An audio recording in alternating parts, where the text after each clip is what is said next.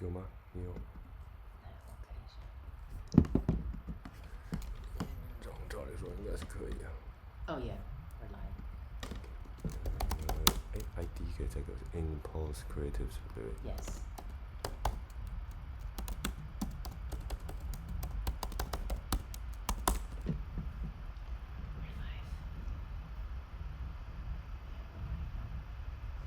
All right. Hey everyone.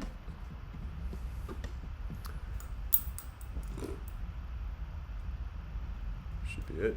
Yeah, I think we're on. Can everyone tell us if we're on? Let's see.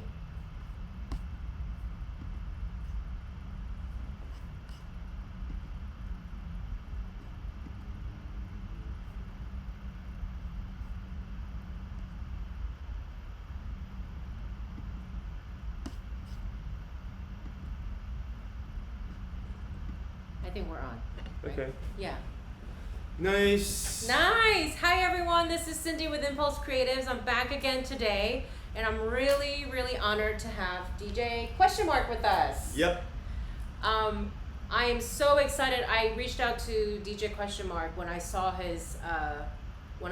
his Twitch performance at Weiwu. Yeah, which is one of the premier performing arts centers in south of Taiwan in a city called Kaohsiung. And when I saw his performance, I was completely blown away because since the pandemic, it's actually I would say it's probably one of the best online performance that I've seen. Yeah, I spent quite a lot of time. Because 我其实看到很多 like I think a lot of people sort of can agree that there's a lot of online performances or live streaming or online content since the pandemic, and to be honest, I haven't been so impressed with a lot of them, and when I saw yours, I was completely blown away, and I said, oh my god, I must reach out to DJ and like have an interview and a conversation with you. But also the fact that you were using Twitch, which when I started the series over the summer, no one knew what Twitch was. And I think still a lot of people in our industry, sort of quote unquote the cultural sector. Another universe. I mean, it is another universe. It's a totally new universe. 是完全是新的东西。没有人知道说到底是什么。Because when I told everyone, they were like, what exactly is Twitch? So, and then you were also saying yourself that if it's only been, like you've only been using it since what, March? Actually, I have an account. I was checking if I'm hosting you. Like, I'm actually using that since 2014. Oh wow. I guess. Okay. That's the first time I had the account. Okay. But yeah, and I didn't really pay attention on that. Right. Bear with me. I'm. No worries. No worries. Actually, I'm putting this in my. If you're using Twitch, you gotta use another thing called Discord. That's where the Twitch community is. So, if you're streaming, if you want more people to see you. Discord? Yeah, just let Alex, are you listening? Discord. Yeah. I'm talking to my team. Yeah, get a Discord account. So you can see it's my Discord. It's like community version of Slack, if you have ever used Slack. No, I have not used Slack. But you know what Slack is, I've heard right? about it. Yeah. So it's like mission based. So it's in Slack, it's mission based chat room. So it's like you got different topic in the chat room. So it's general chat. So everybody just like talking shit. Yeah. So I'm just gonna say check my channels, and I'm streaming now because I'm hosting your channel right now. Great. So if they come to either my channel or your channel, they can all see the same stuff. Excellent. This is great. I mean, look, I think for us, for the cultural creative industry, this is all very new. Yeah, exactly. And I think everyone is really just learning how to be on this platform. Or these new platforms. That's also similar to Twitch, and learning how to engage with audiences and fans in this kind of medium. Yeah. I mean, you said you had an account in 2014, but you started really using it only since. It's really funny that we say 缘分. So So it's like I'm a musician and music producer and DJ and flutist, so I do lots of stuff. And one of my project was making a score for a series of, we call that machinima. Okay. Ever heard that term, machinima? So that's World of Warcraft. Okay. It's one of the most famous game. Yes, of course. In the history. I mean in the history. I know, in the history of gaming, right? Yeah, so my team, they were the second, we've been into BlizzCon. Blizzard, that's the company, right? Right. We've been into BlizzCon because we won the second place of the video competition in the world. Okay. Yeah. Oh, that's great. That's a team from Taiwan. Okay. And we made the music for that team, and of course that just went viral, and all this a series that's around over 10 episodes with all the different hilarious things, and we've just made that. Okay. Made all the music, and all the people are just whining about where's that music from? Right. And the producing team, they're just so annoying. They're just like, can you guys just get your own fan page so we can tell them to go to you instead of go to us, because we're just tired of answering the questions for you guys, right? Yeah, I'm like, sure, why not? So we just get a team and just set up a random name called Beef Bowl Eater. Beef bowl is a 牛冻饭. Okay. So it's a Beef Bowl Eater. And we call, because do you know Yoshinoya? Yes, I do. 吉野家, right? So because we just like, we work till morning a lot, and when you're really tired, you just get that 吉野家, just like 告野家. So we call ourselves 告野家, and we're really, I mean, not being humble, we were really famous. Don't worry, no. Yeah, so don't be shy. Yeah, so I was invited to. There was an event called Wire Force. Okay. Wire Force is right now. Wire Force is the biggest LAN party in Asia. Oh wow. A LAN party means LAN is internet. Instead of internet, that's like the internet in the same area. Oh. Yeah, so they sold seats like space. Okay. Right? So you bring your own computer, they call it BYOC. Bring your own computer to the arena. So they've got over 1,500 seats. Okay. So if you buy a seat, you get like 4 days, 24 hours a day. Okay. It's all open. Okay. So you can use that seat, you can just play the video games like 4 entire days. Wow. With all the people over there. Oh my God. Yeah, and that started with internet, but now it's of course they go like wild internet, so you can just do whatever there.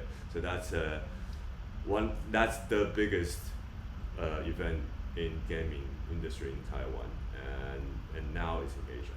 So I was invited to do the opening party for that. Wow. Because of Beef Bowl Eater.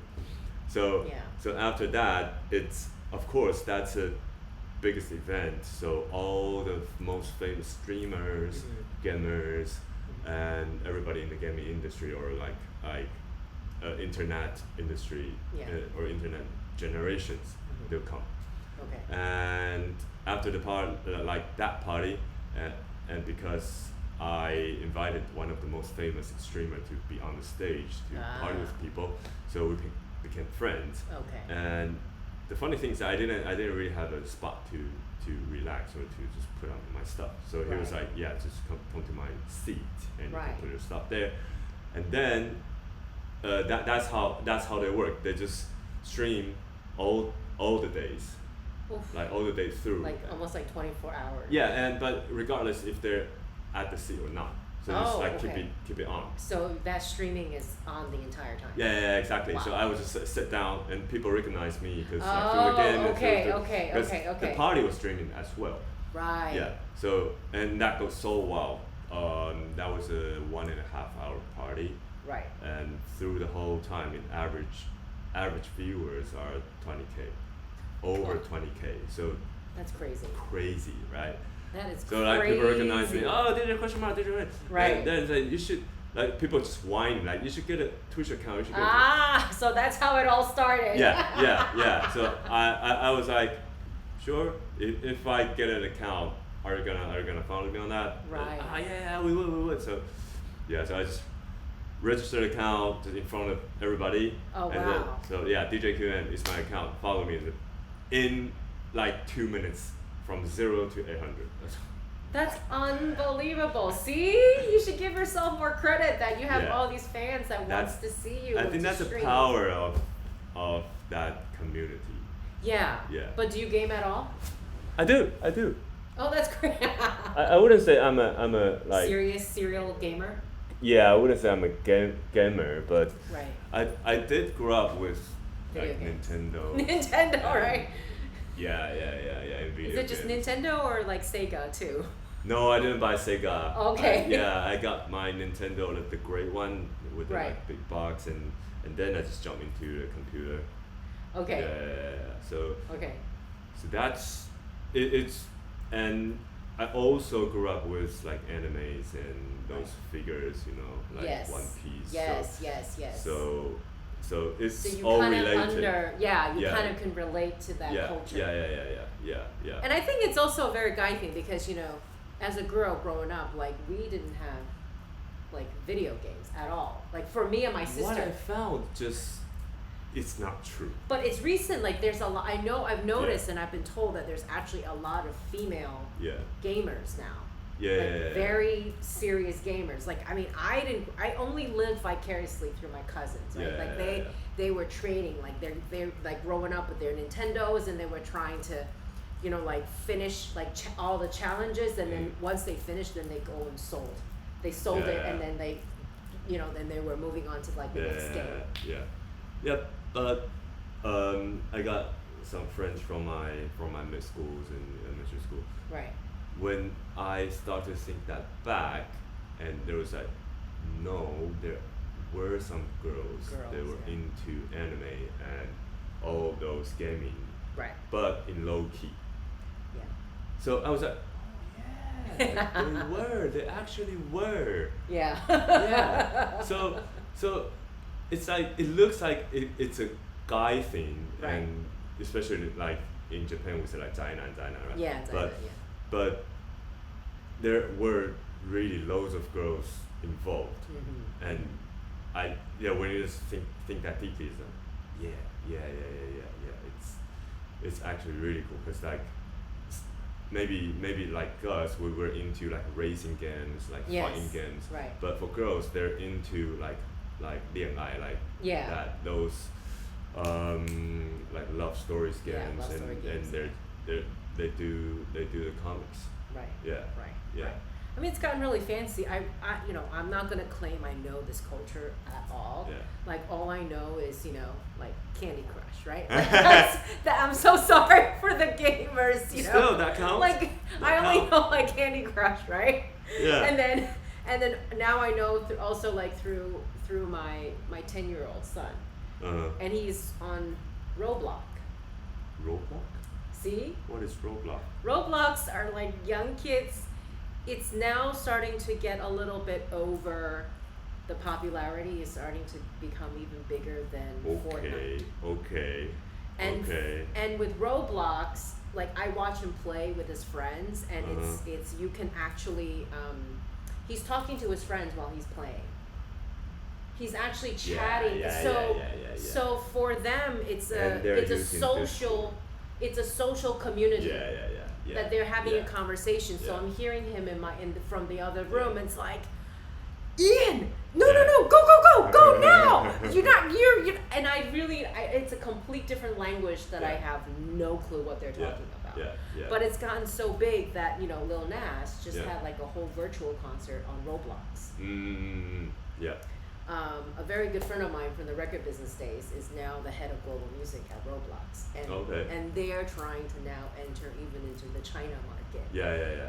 Trying to like work and partner with artists from China to do virtual concerts in this platform. And it's true. not like seeing the artist, because you're talking about the virtual world. So these artists are now being transformed into and transformed into a character in Roblox. So it's now, I mean, it really all ties together. You know, so I think it's really super fascinating. You know, and the fact that you're on Twitch, and that's just why I was like, I need to come, you know, reach out to you and just have this like conversation. And because, you know, for me, I also had no idea what Twitch was. It was, you know, my associate, who's like 20-year-old and who also games, who was like, Cindy, you really should use Twitch if you wanted to, you know, do this kind of platform. And I was like, okay, let's give it a shot, you know, and why not, you know? And I'm always someone who just don't like to do, you know, I don't want to do what everyone else is doing. So. Well, that's a great mindset, actually. You know, because if everyone else do it, then 那就没意思了. Then that's not interesting to me. Yeah, exactly. You know, and I think we already work in a industry where people always are repeating the same stuff. So they're my viewers. I know. I can see that you have your. That's my cat. Oh, I know. I remember you mentioned it. Is your cat here? No, it's in Taipei. Oh, hello everyone. Okay, so I think this is my son. He's saying hi. Oh, okay. Is it Ian, right? He's not Ian, he's Lucas. Lucas. He said he has a question for you. Hey? He says his question is, why are you called DJ Question Mark? Oh, that's a good one. I'm also curious. Yeah, I'm also very curious to see why you're named DJ Question Mark. I wanted to make something different. Right. And wanted to get some names really cool. Yeah. So I was like, maybe a mark. Right. Is cool. Right. I thought nobody has ever used a mark as the name, so why not just use a question mark? It looks like mysterious and blah blah blah. And yeah, that was when I was. See, that was he decided to do a shortcut and just do a question mark instead of QM. Never do that. Type it out. Yes, I know. That's why you learn. So there you go. That's why you study. Kids these days are very lazy. They all use abbreviations, you know, when it comes to me. So I did that decision, so I call myself question mark, and then I found out it's a huge mistake, because a question mark doesn't take you anywhere, because all the computer system couldn't recognize that. Oh, so it was a technical, logistical challenge. So that's why I just changed that just spell that out, please, QUESTION American, please. So that's why my Twitch account is DJQM, because question mark is way too long. Way too long. Yeah. So that was the story, question mark. Yeah. Okay, Lucas, I hope you got your answer. And there was a really stupid.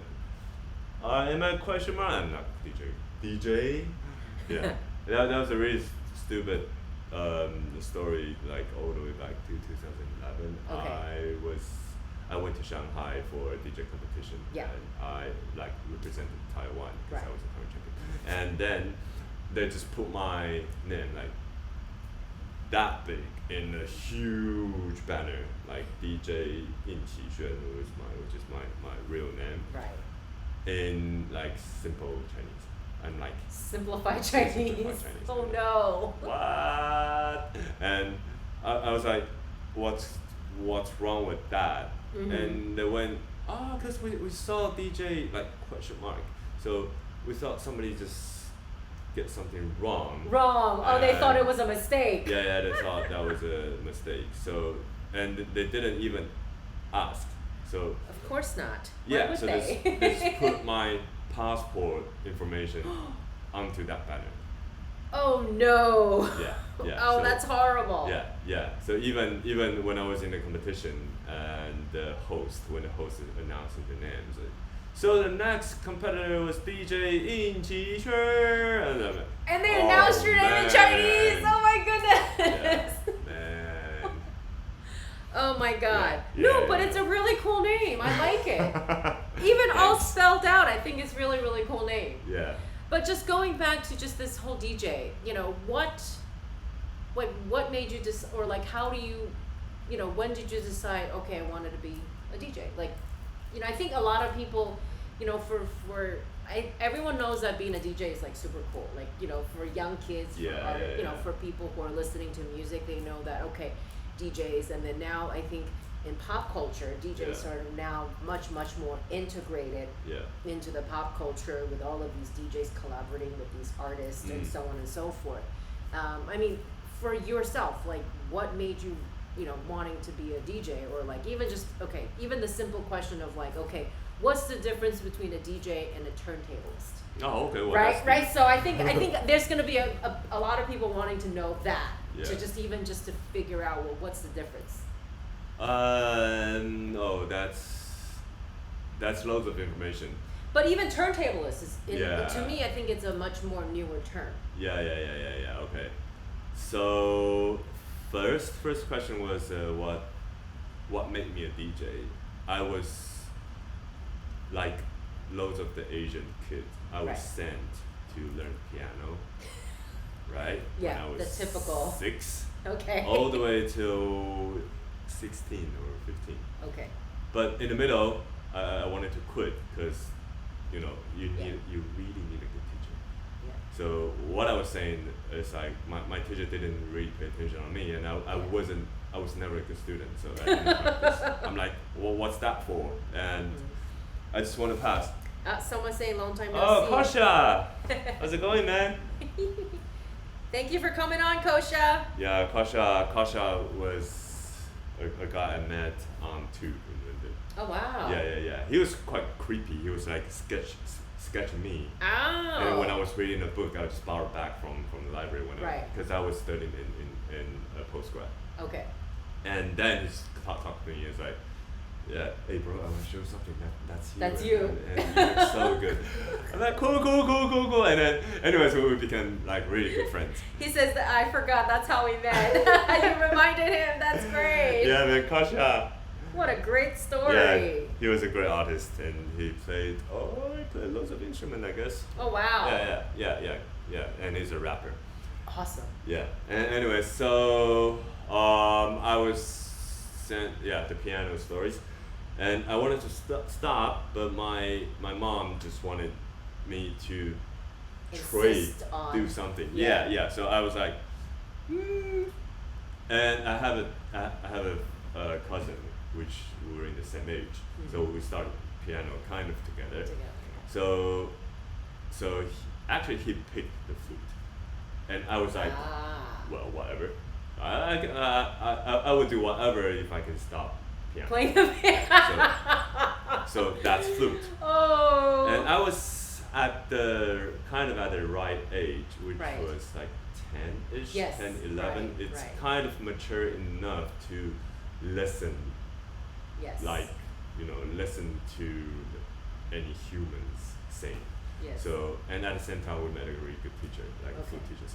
So he kind of introduced us what the good music, and I kind of found the reason why I learned music, and I got those sense of accomplishment through practicing.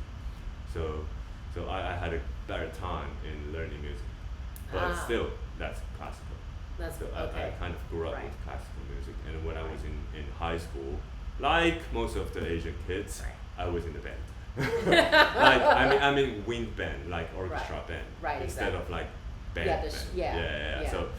So I had a good time there, and loads of my classmates they were in the band, the cool band. Actual cool band.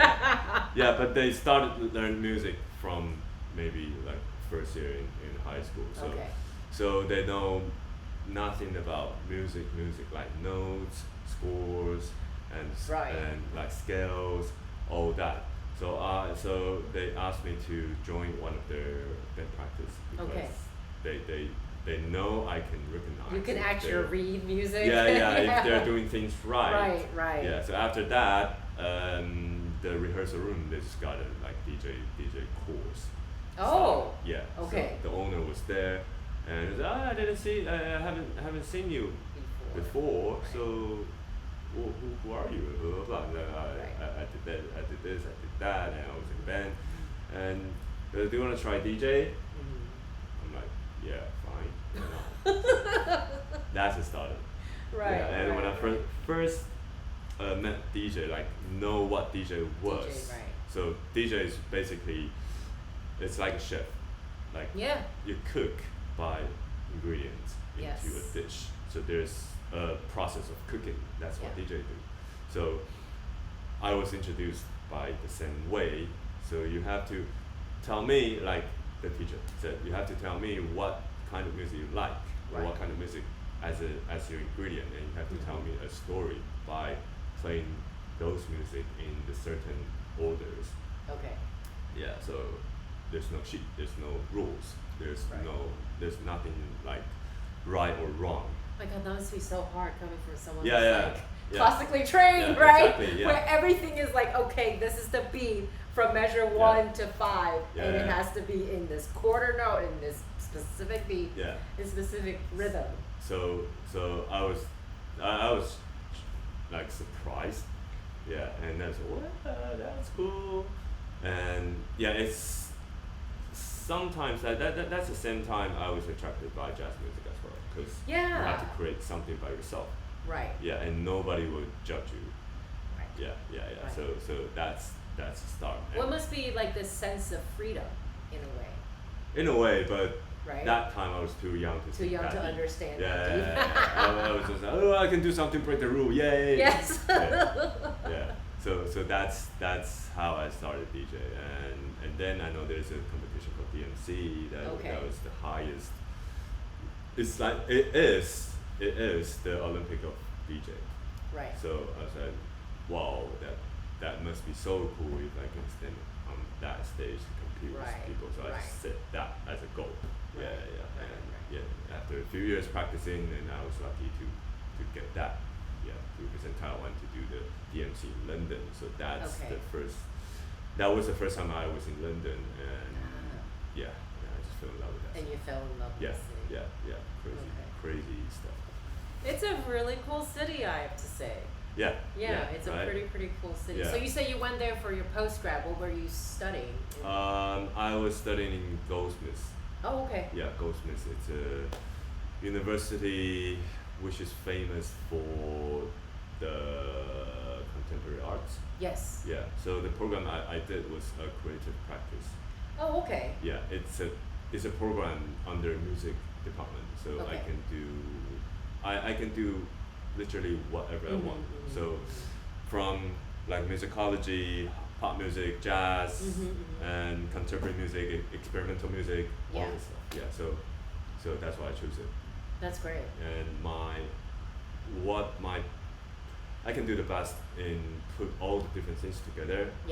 In a creative way. So that's why I did that project in the way that's why I did. Right. Yeah. We're gonna talk about that, but I wanted to sort of saying like, because I think a lot of a lot of DJs don't actually have a formal music training. And so I'm curious to hear, like, for you who actually came up sort of like, the traditional classical training background from piano and then to the flute, did that influence your style of DJing, or did you feel like you were able to get into it easier, or you felt like that was it didn't even like... More or less. More or less? Yeah, more or less. I wouldn't say I was heavily influenced by that, but more or less, like, from how I was trained, I would say that. Yeah, because for a lot of DJ, they were from like dancing background, rapping background, or even like not many DJs from like instrumental background, because learning DJ is like learning an instrument. So it took your time, loads of time in practice already. Right. So it's hard to get another instrument. So like me, sometimes I practice scratch, but at the same time I have to keep my flute, so I have to practice on that. It's like double times. Everybody has 24 hours a day. So it's it's quite tough. Is that even like a split personality thing? Someone is asking, are you gonna DJ for us? I don't know. Maybe not today. But next time. Yeah. Next time. Yeah, next time. Yeah, we can try to do something else that we can do. Or follow my channel. I'll do that every exactly. Tuesday and Sunday and Thursday. Yeah. Cool. I'll do that. Cool. Yeah. Cool. Yeah, Kasha. Culture remembers. Yeah, that was my Spinbox performance. That was my final project. I did a Spinbox curation. It's like a exhibition, but it's an interactive exhibition. Okay. Yeah. That's cool. That's really great. So I want to go back to the Wei Wing performance because it just was so creative. Like it's combining so many different cultures. Yeah. Right? And I think those cultures are actually quite extreme. You know, from like the BMX kind of style of biking. Then all of a sudden you go onto the stage with like amazing contemporary lighting and contemporary dance. Yeah. Then you go off into a cello solo piece, and then you end it off with like DJing with the orchestra as a background, and it all made sense. Yeah. But it's like this clash of different disciplines, which is something that for me to be in this business is always so hard, because all of these disciplines coexist individually, but they have never been able to find a way to coexist. Yeah.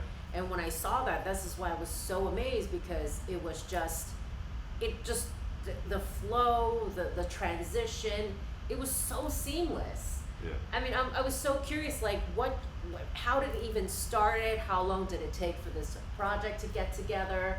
How hard was it to convince Wei Wing to take on this idea? I mean, it was just, I'll let you do the talking explanation. All right. So, first of all, I love that. I love that figure talk. I mean, if you want to do anything cutting edge, right, you cut the edge. You have to cut the edge. Right. Right? Exactly. I mean, it sounds really simple and easy, but actually there's like, very hard. If you're in a like mature adult world, right, you've got loads of paperwork and people. That's practically, that's quite hard, and you have to build a team that you can trust on, and you have to, like artistically that's really easy. Cutting edge is really easy. You just break the rules. You just do something you don't normally do, and just make things cool. Make sure you do the thing as cool as possible. I think that's the eventual goal of. I think that's the motivation of what I'm doing. Trying to do. Yeah. And so from day one, Wei Wing came to me. Oh, okay. Yeah, because I kept throwing my proposal to them, like, do you want to do this? Do you want to do that? Do you want to do this? Do you want to do that? I can do this. I can do that. Because I just came back to Taiwan and I want to make something cool. And plus, I was from classical world and theater, and I did music for contemporary dance. Okay. And I'm just a crossover guy. So I'm everywhere. So I just let them know I can do a lot of things. I can make them cool, and I'm really good at being a medium that transform or translate different artistic languages. Yes. So I think that's really important. Like you can't just tell a classical guy DJ is cool, and it's not convincing at all. Right. But if you tell him, do you know Sergei Prokofiev? Of course I do. Do you know Peter and the Wolf? Yeah, of course I do. Yes. I know a guy who's called Gabriel Prokofiev. Yes. Who's his grandson. And he has a piece. Yeah. It's world premiered in BBC Proms in Albert Hall. Mm-hmm. It's a piece about a turntablist, and what it's about. And so that's the medium. That's the translation process Well, it's that connection, right? It's relating the story, being able to tell your story. Yeah. That people are gonna buy your story. And also point out where the problem is.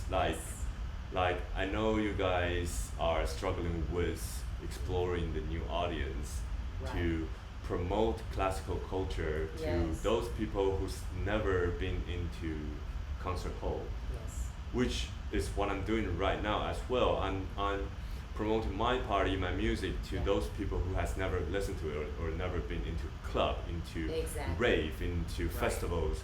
Right. So we're basically on the same boat. Yes. And why can't we work together? Exactly. Yeah. So that's like, okay. Okay. Yeah, so it's quite it's just saying hi. Hi. Stephen Liao, hi. Yeah, so that's I think that's a funny part of it. Like, so I from a lot of things I'm doing, I'm just kept sending that message out. Like, why don't you put something new into this? Why don't you reach out something this? Right. Why don't you challenge yourself by doing something? Yeah, I mean, I think that's something I talk about, right? It's about thinking out of the box. Yeah. And this is since the pandemic, of course, it's been so devastating for everybody around the world in this, especially in our industry. But I think Taiwan has been just so fortunate. Yeah, we're spoiled.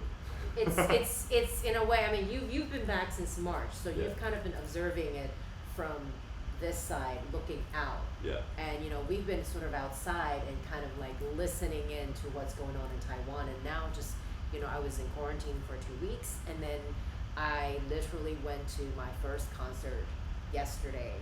Which one? I went to the One More Festival, which is a new music contemporary festival. That was like a 3-hour thing, and it was part of Arc Studio. It was produced by Arc Studio and in collaboration with the Goethe Institute. Ooh. And then from contemporary music, I went into a classical All Rachmaninoff program in the evening at the National Concert Hall. So it was like a marathon. Yeah. And I was like, it almost in a way felt like it was such a privilege that we took for granted before. Yeah. Like, I haven't been to a concert since February when I was in Paris. And I came back and that was it. Everything got cut off. Yeah, true.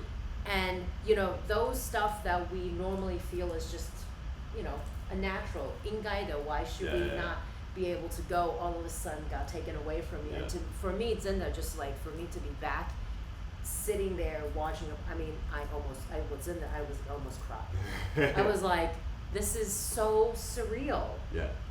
And I think it's just unbelievable. And also just being in this business, like I was saying earlier, that we kind of in the cultural sector, we live in this ivory tower. Yeah.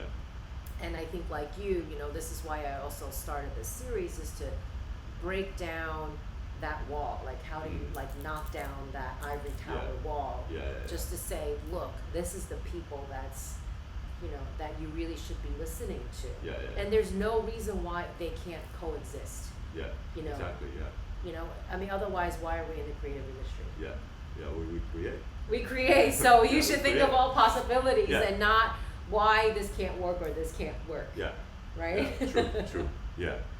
I mean, I think I wouldn't say I'm the boundary breaker. Yeah.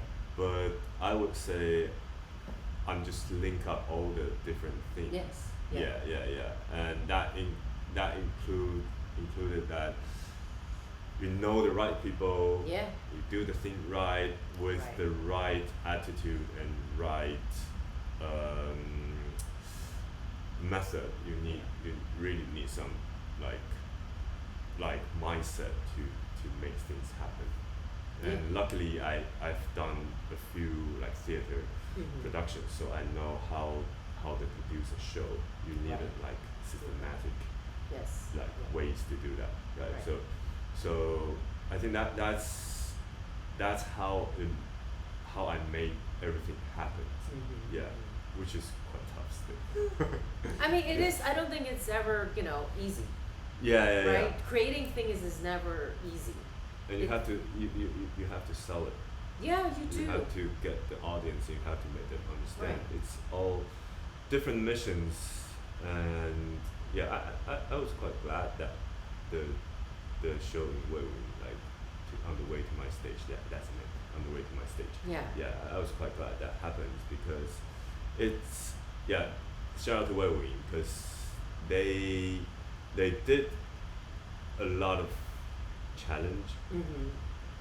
I don't know if they did that for me or did that for some specific reasons, but right. I did challenge them for a lot of things, yeah, right. like putting a BMX into the yeah. backstage and let us do whatever we want. I think that's a big challenge for them. They have to go through loads of different departments. Well, that's the thing. I was Yeah. I was watching that. I was like, how in the world did you even get that bike to go through the lobby and to go into the back, into the loading dock, and into their, into their common area of those. Yeah. I mean, it was how long was this to put together? Like, what was the planning? I'm just so curious.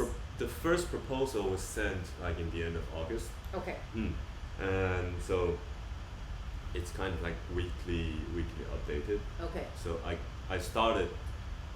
That's a brand new show. So Okay. I started like the whole creative process from the same time, the end of August. Wow. Yeah. So including I went there for checking what and where I can use. Right, the location. So you can see that's all the working process. Yeah, Wow. I've got the floor plan of Okay. where we. Got it. Yeah. Oh, that's amazing. Yeah.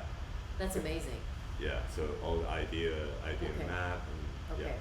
So and then just I need to structure out what element I need to use and what's the goal I want to reach.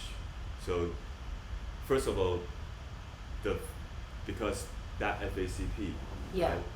FACP stands for Federation of Asian Culture Promotion, Yes. right? So this year's FACP is all about the post-COVID yes. shows and what we're gonna do, right? And from my own experience, Right. like I normally do my own creations out of my own experience. Right. So from my experience, I was back from London in March, Right. and I've got like 10-ish or 15 festival booking this year. It's Right. all canceled. So, Yeah, but when I was back, I still got some invitations from like Twitch channels yes. and different like the virtual festivals. Right. They just like sent me a message, said, do you want to do a DJ set? We're curating a virtual festivals Right. here, there, and I just found that. So they started to call themselves virtual festivals, virtual shows. Yes. And I found it was just interesting. And because, as I said, I was in Twitch world since 2014, so I know what's that going on, and streamers, and there are, even if you categorize streamers, there are a few different streamers, like gaming, lifestyles, loads of them. So if you call yourself a virtual show and if you think you're pioneered from the COVID, you were wrong. You're like totally wrong, because there are loads of, like, if we say we're just standing on the giant's shoulder, there are giants all around the world, giants. So I was like, all right, if there is a conference and if you are gonna talk or discuss about the virtual show, which you just put a camera by the piano and let them play, and you call that a virtual show. I'd like to prove there are something better. There are something way more creative and way more interactive in the world, which is Twitch. Yeah, and I think, that's the thing, like we were saying, like there's been so many virtual concerts, or virtual performances.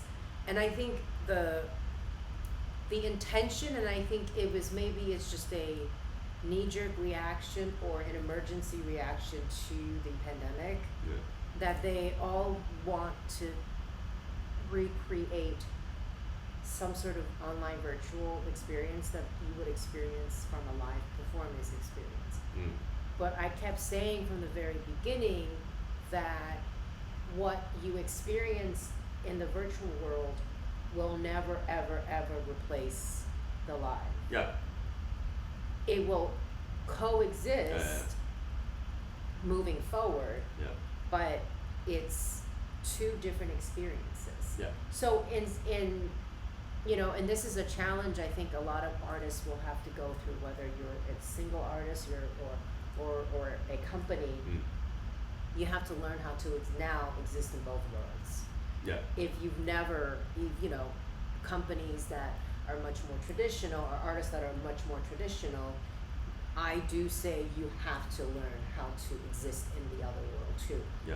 Not recreating that live experience, but how do you create work that will offer a different experience? That's a mindset. It has to be the mindset moving forward. To me, I think that's how we will see it. Just like when, before television, people went to the theater. Yeah.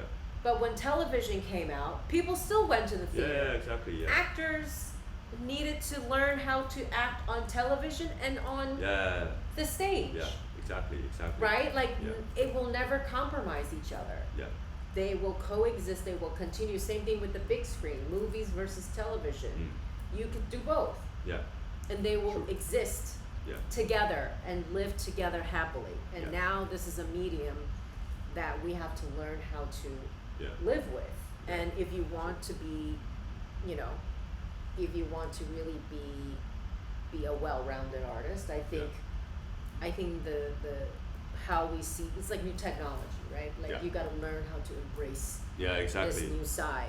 Yeah, shout out to Twitch community. For sure. Yeah. For sure. I mean, it's so interesting, you know, like this live experience, and this is really just my second live streaming.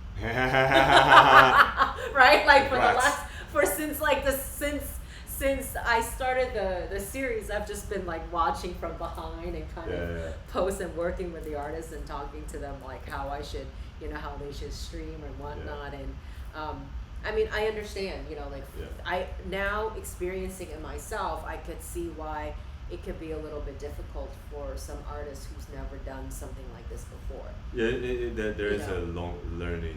There is a learning curve, you know. There's for sure. For even, sure a learning curve. I got used to like talk to the camera. Yeah, it took some time. Okay, I mean, it's never easy. It's never easy. Right, because you know you're always, especially being a DJ, you are in like crowds of thousands of I people. need some feedback, but here, and but I found like I did a really like deep think about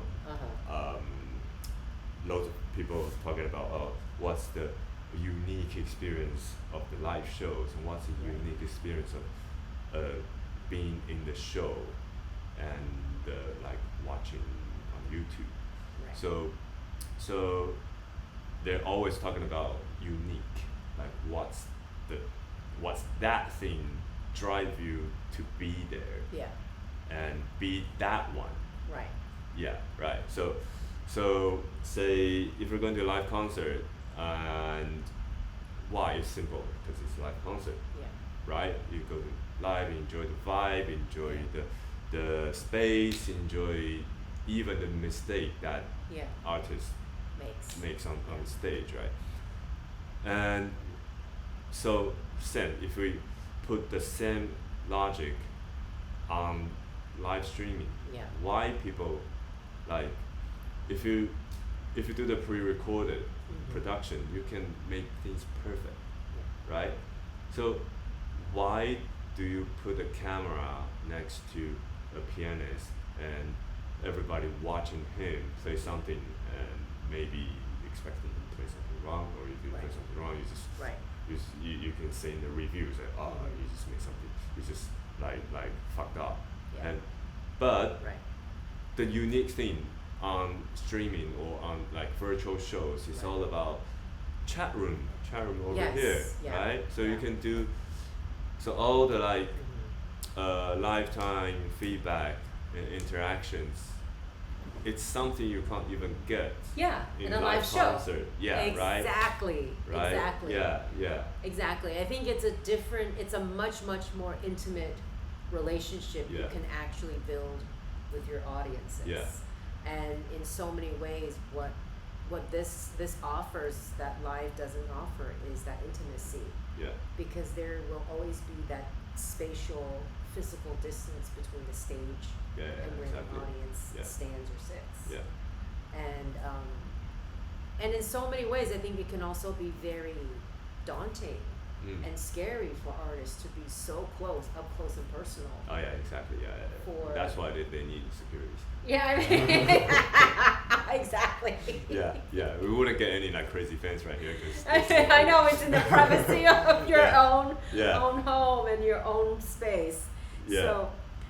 So someone's saying you're very. I can't even. This is a lot of Chinese for me to read. 什么意面问好给我50元 I love that. He says you're a very special DJ. Shout out to you. Sorry, my Chinese is not very good. Love you though. Yeah. I mean, I think it's been a really interesting past couple of months, and I mean, what do you see? Like, do you feel like sometimes the artists here in Taiwan, since I mean, I'm really talking about the pandemic in itself. You came back from London, and we were talking earlier that Taiwan is so lucky. Yeah. Like seriously, so lucky in a way that it's now become like they're living in their own little bubble. I mean, do you think that it's a good thing now with this pandemic? Do you think this is a good thing for the artist here in Taiwan, or do you think sometimes it cannot? Like where do you see the artist going with this? I mean, how do you think this will impact the community? You mean in Taiwan? Yeah, in Taiwan.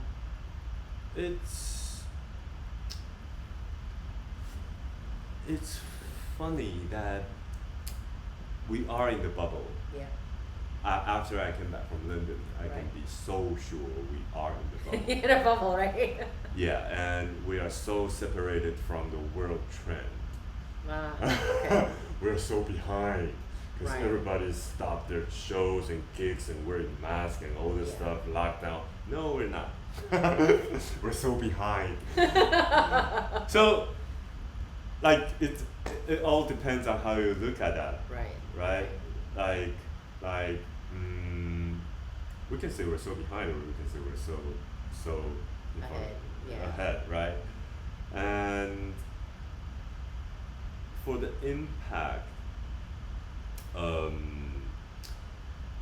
I'll say, like, if in the future everything moved online, everything like there is a so solid, big, strong online community, and I'll say we will be behind.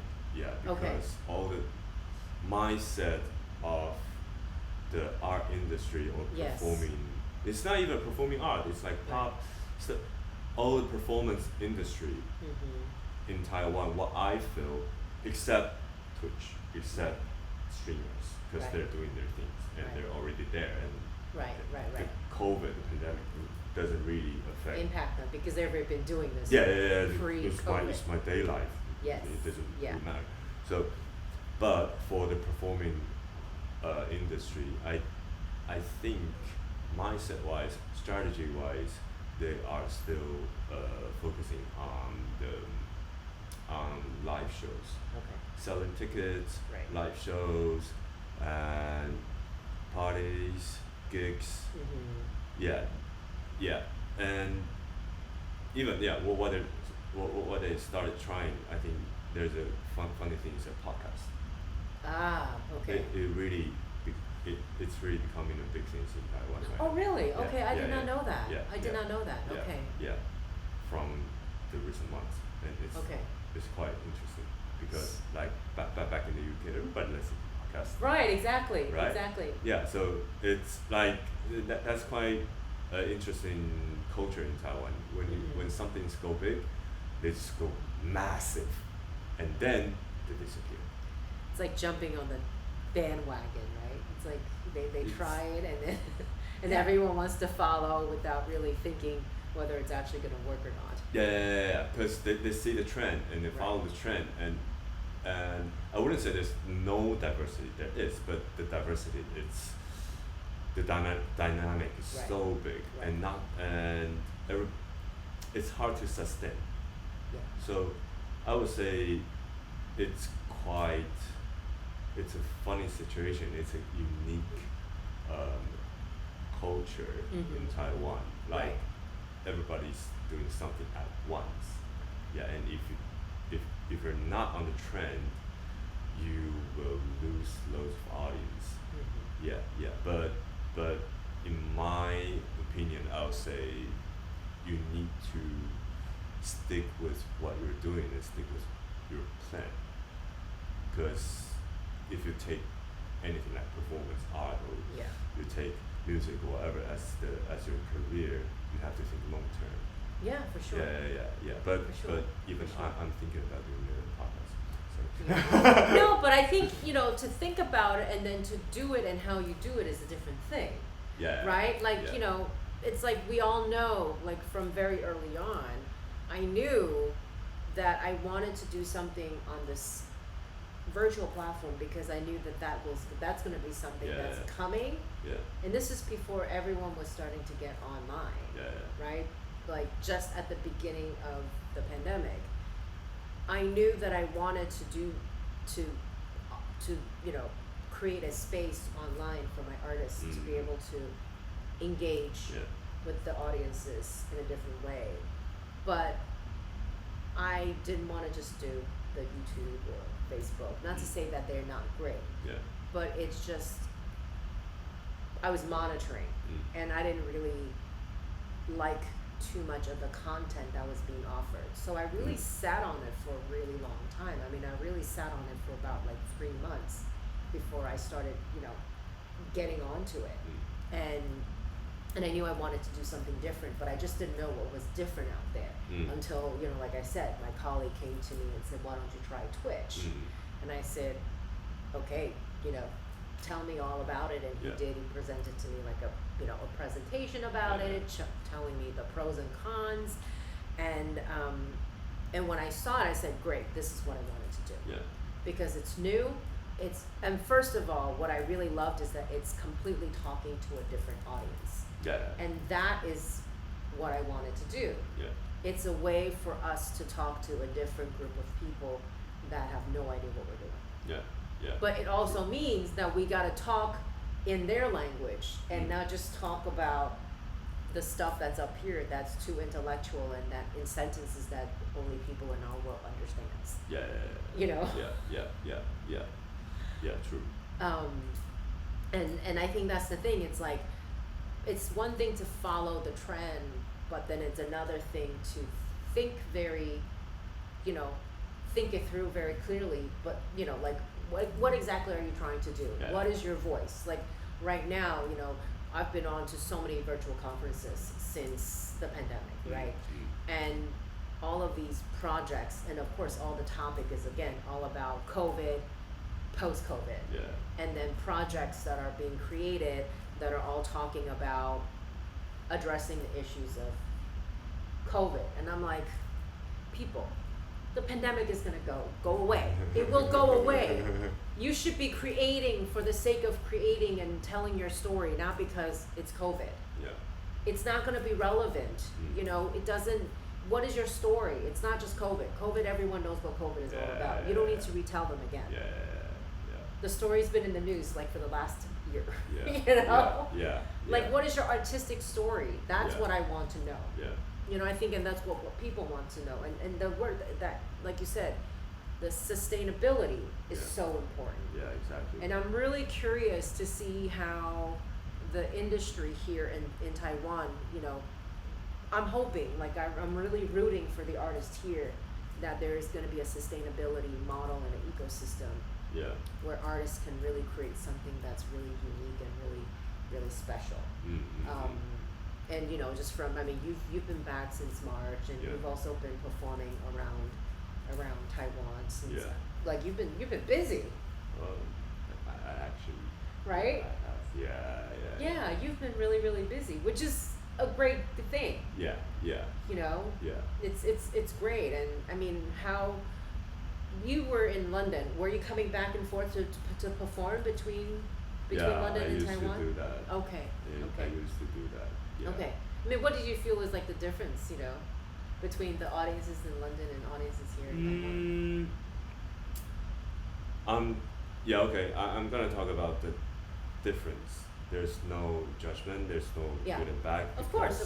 Yeah. It's so complicated. Of course. Right? Of course. So, let's say crowd. Like people I've been to South by Southwest. Yeah. I've been to Glastonbury. Yes. I've been to loads of huge festivals. Yes. What I feel is like, finally I understand why people call like the UK is where pop music and pop culture is from. Yeah. Because they've just got history of party, rave, get fucked up, get drunk. Yeah, get drunk. They just know how to do it, and they know how to handle that. I mean it. Handle that. Yes. Even everybody was like, it looks like a fucked up place and all. Right. Yeah, and like party promoters, they went like, yeah, they're fine. They'll be fine. Yeah. Like that. Yes. And yeah, so I mean, it's time, it's experience, it's how they build the community and make that work and make the community feedback to whoever built it and make this industry and make people in the community have a career, not even a job, a career. So I think that's the biggest difference I saw over there. And like here back in the Taiwan, because I have to say for the entertaining industry or the content wise, Taiwan is heavily influenced by American culture. Yeah.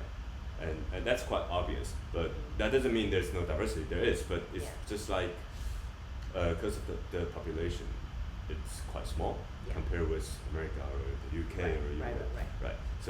So if you said, all right, maybe 2% of people like techno, in the UK, 2% people, they can do a massive techno only festival.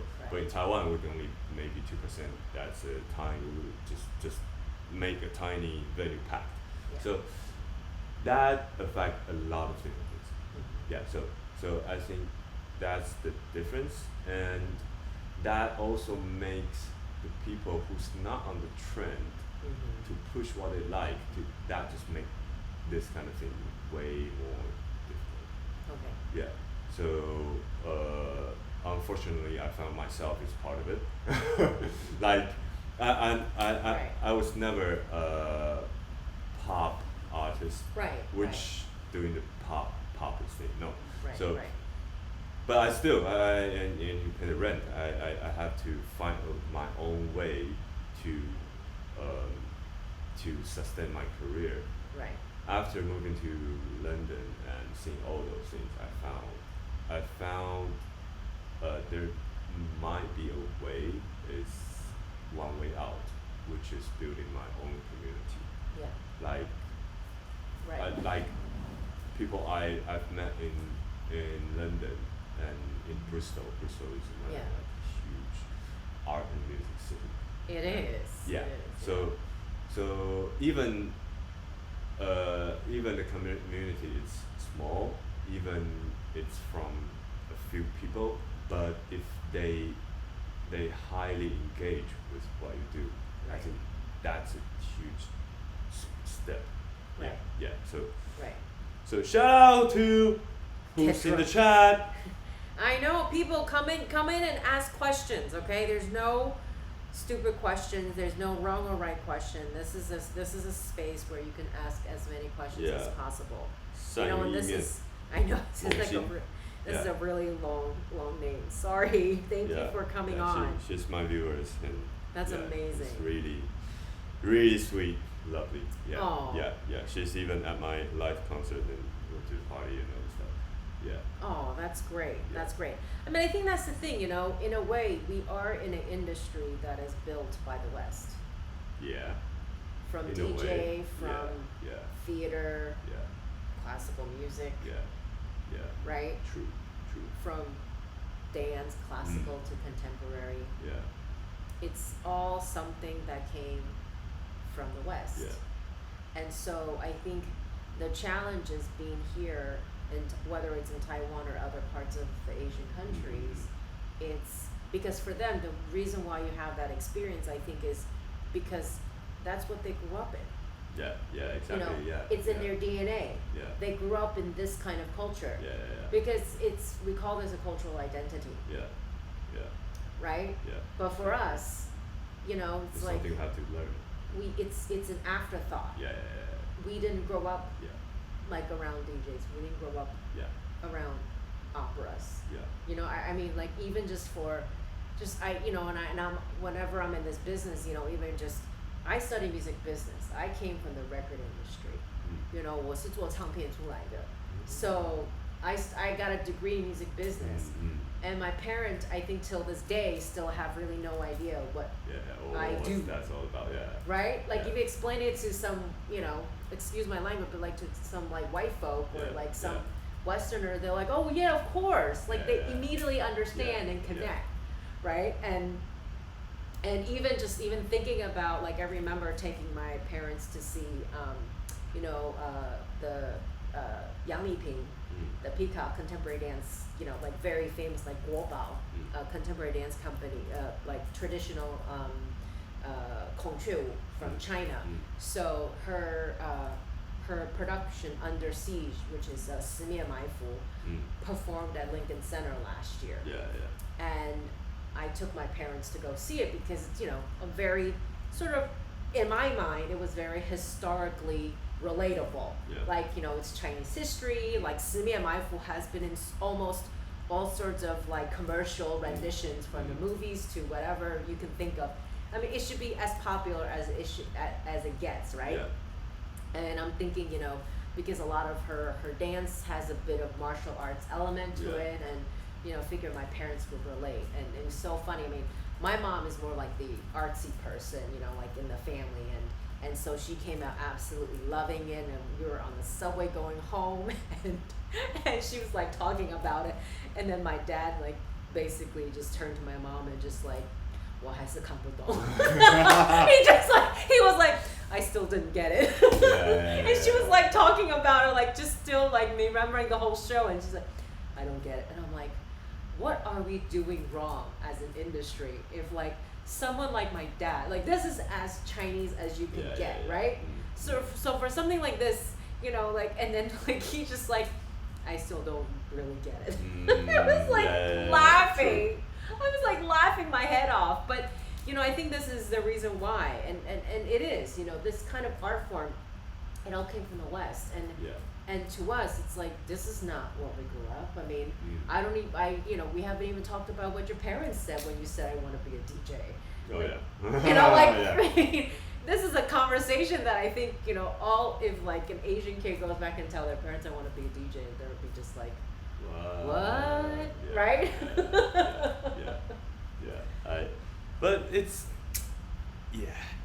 always, I mean, I don't know, like as a parent, they might be always worried about if you can you even pay rent? Right. Yeah, I think that's the first question. Well, I think as Asians, right, in our industry, in our culture, it's like all about stability. Yeah. Right? It's stability over what you like. Yeah. So there's nothing about like, that loads of European, they cut, they'll get a gap year, Yeah. Yeah, the gap year, they just they travel decided to around. travel. Like I know so many friends. Yeah. Like American friends who are like, oh, I'm just gonna take a year off. Yeah. Are you kidding me? Yeah. If I tell this to my parents, what about right? this? What about Exactly. It's like if I tell this to my parents, are you kidding me? I'm gonna like, 把你的腿打断先说了, like they'll kill me before you even take a year off. Yeah. So that's the thing, and I mean, but there's always something that you can fight back. So that's why I went to the competition, and that's why, like, if they don't understand that, like it's always you need to work really hard to prove like you're good in what you're doing. And in my theory, the shortcut is to just get just get in the word. Whatever word counts, just get in the word. Oh, that's like, but in a way, that's almost like falling into the traditional Chinese or Asian mentality. It's like it has to. You need to have an award to show you're worthy. Right, to validate. It's this validation. It's like all of I mean, working with so many classical musicians, right? They're constantly chasing after that competition. Right, because they say it's the competition that validates. And I'm like, do you think any of the top classical musicians yo-yo won any of the competitions? Did you think Long Long and Wang and all of these major top-notch classical musicians won a single major competition? Like they didn't become this because of that. But I understand that maybe this is how the industry may feel like they need to be validated. But it's just the industry is so competitive. So that's why I said that's a shortcut, because that makes things way more easier. Or otherwise you need to be really weird or like I said, cutting edge, and you cut so hard. And sometimes Oh. Right. So what? Someone saying so she's saying that 我明年1月要考剧团. Good luck. 什么剧团? Yeah, 什么剧团? Oh, she said her parents are the same.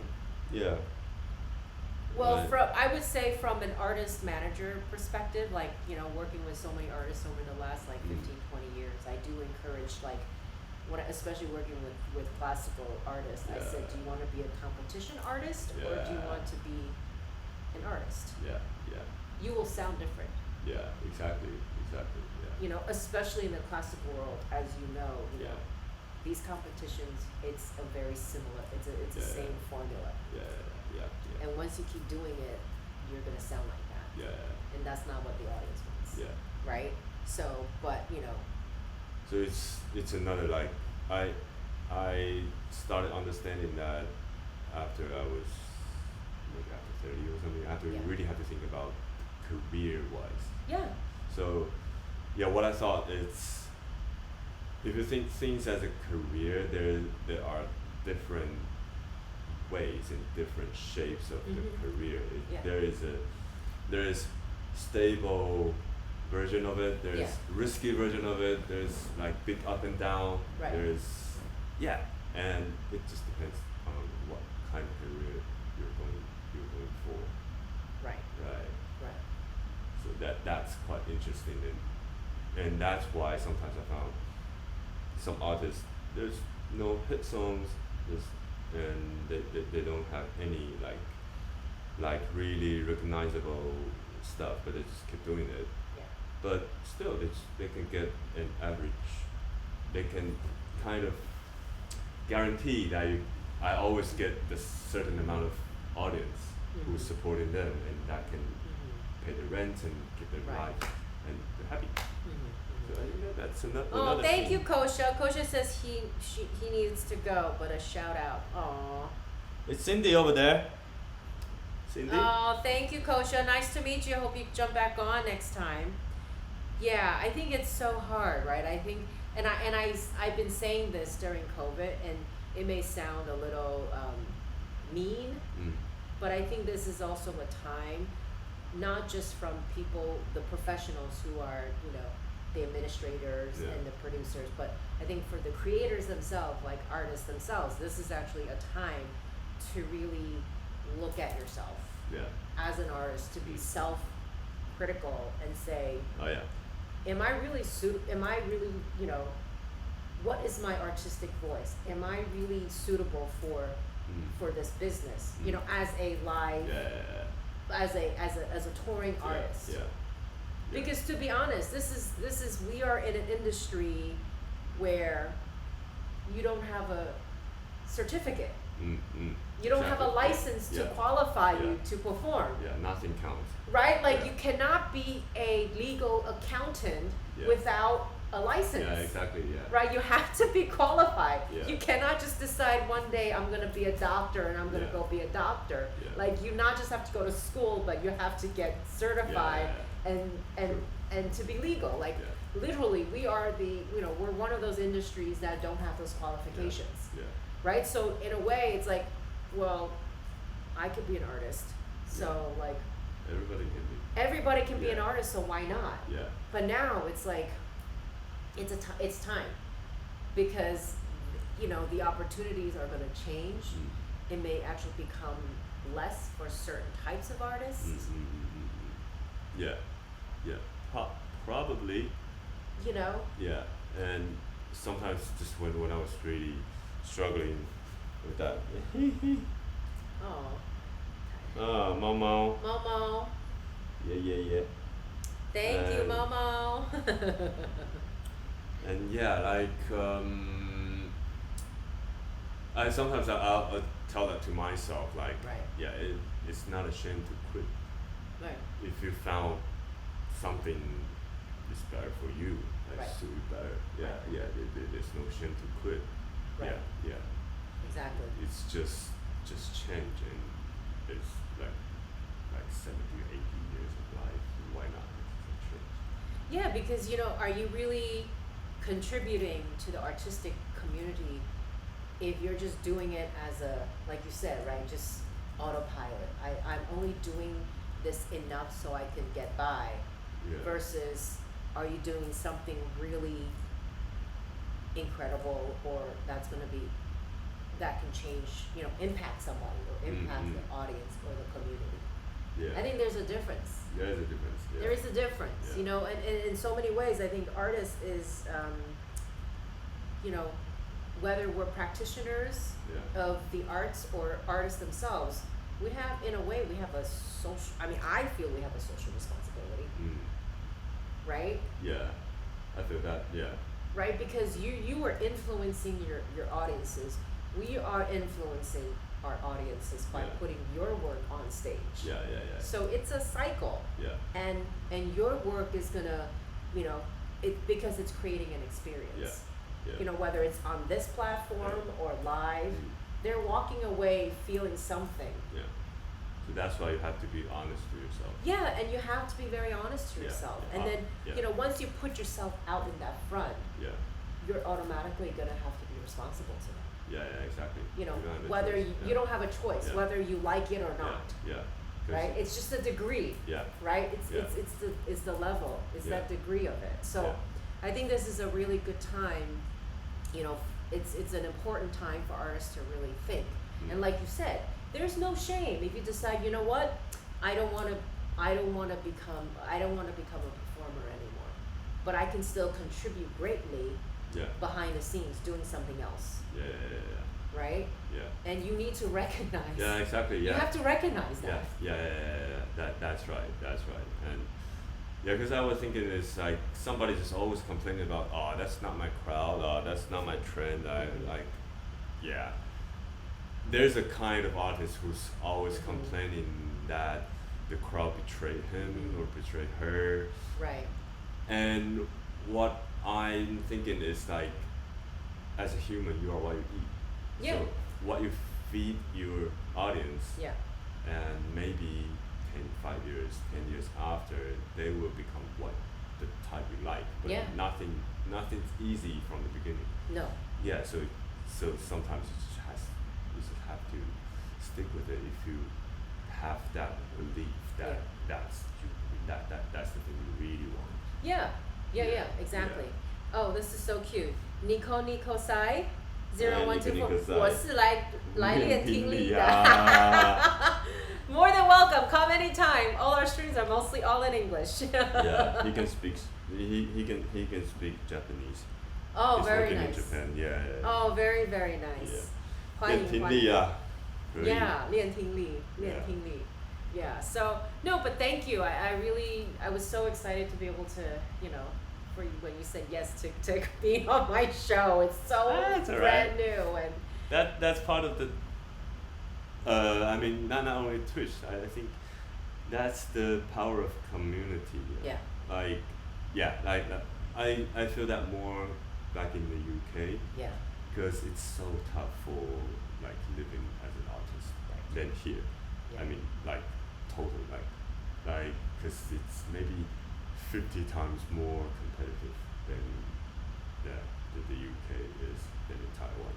Right. And so artists knows how difficult that is to you have to hustle all the ways, and you have to try to promote yourself to whoever you meet. It's that hustle mentality. It is. It's even here people will say, oh, I just always keep hustling, it's weird. That happens in Taiwan. Really? Yeah, because sometimes you don't even need to hustle and money will come to you. What? Yeah, that's weird. That is weird. But yeah, like there's nothing to do with how good you are, and sometimes it's nothing to do how famous you are or who you know. Sometimes we just say like it's not about how good you are, it's about who you know. Right. Yeah, that's true. But sometimes weird thing is like if somebody or some promoters, they just come through your fan page and they just need something really last minute. Yeah. They'll hit you up and do you want to do this, do you want to do that, and just give money to you. That happens in Taiwan, and that never happened in the UK. Never. Oh man, we need to have another conversation about this. Yeah. So I've been through that. in the UK because, like DMC, the competition I did. That's like the oldest DJ competition in the world. Yes. Now it's like 35 years old. That begins from 1985. Right? Can you imagine 1985? What was going on in Taiwan in 1985? Yeah. Yeah. So I was there and I tried to hustle. Right? I'm the DMC Taiwan champion. Oh, that's good. All right. In Taiwan, it's like, whoa, what the fuck? I know, right? Exactly, right? Yeah, champion. Yeah, I know a few.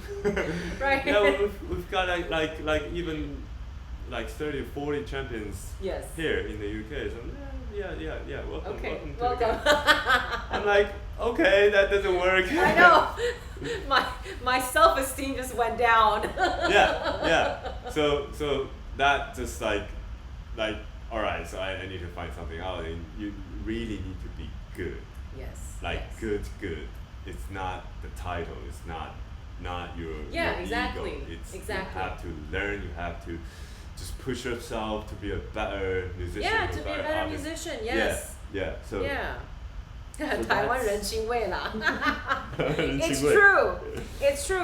It's true, but 有时候人情味会把你害死。Oh yeah. Like, that's another conversation. Exactly. We can totally have another conversation. But I want to thank everybody for coming on today, and thank you especially to DJ Question Mark. This was so much fun. And I hope you can come back again to join our program. Yeah, sure. I plan on keeping this series going. Even post-pandemic, how this evolves, I don't know, but it will continue, and hopefully, if I stay a little much longer here in Taiwan, we'll be able to get you back on again. Have you got any plans? In terms of just what kind of plans? Like just lots of meetings, lots of work, more live streaming with different artists, and hopefully, get to visit some venues here and show more people about what Taiwan looks like. And and I think that's the beauty of it, is like there's a lot of things that other places can also learn from Taiwan. Oh yeah. You know, especially during this COVID time, and I think it's important to let people see what what artists like yourself is doing. You know, there's always two sides, right? Yeah. There's always two sides, and it's just how we walk away with these experiences and what you want to learn from it. Yeah, true. I mean, for the artists, I think for most of the artists, like when I was in the UK, it's really funny that the maybe top 3 topics of the conversation is like how you survive. Are you a full-time artist? Whoa, what the fuck, how you survive? You survive, yeah. Yeah, it's crazy. It's hard to imagine that because in Taiwan you can easily be like self-employed, like Soho, that kind of. Yes. Yeah, but in the UK it's really hard, and you have to do all the admins and go through it because they've got a solid system like agencies, promoters, and yeah. So if you're just a single, if you're if you're on standalone, unsigned. Yes, you're unsigned. Exactly, Yeah, you're unsigned and you're not attached to an agency. Yeah. But you know, I think that's gonna change too. Yeah, exactly. That's gonna change too. Once we get through this, and you know, and again, I think that's also another interesting topic we could talk about and get into the next time. Yeah, cool. Yeah, but thank you so much. No worries. Yay, thank you. Bye everyone. InPulse Creatives. Thank you. Oh, don't forget to follow, subscribe to InPulse, our Close Encounter series, but also to DJ question mark. Yeah, DJQM on Twitch. Yes, put out all of your links so everyone can follow. Yep. Okay. Cool. I'll put it here. Yes. Real quick. Yep. Put it up here. Yeah. Thank you, everyone. Thank you for hanging with us. There we go. Twitch. DJQM. There we go. Yay! Thank you, guys. Bye. See you next time. Peace. Shout out. Bye. Peace.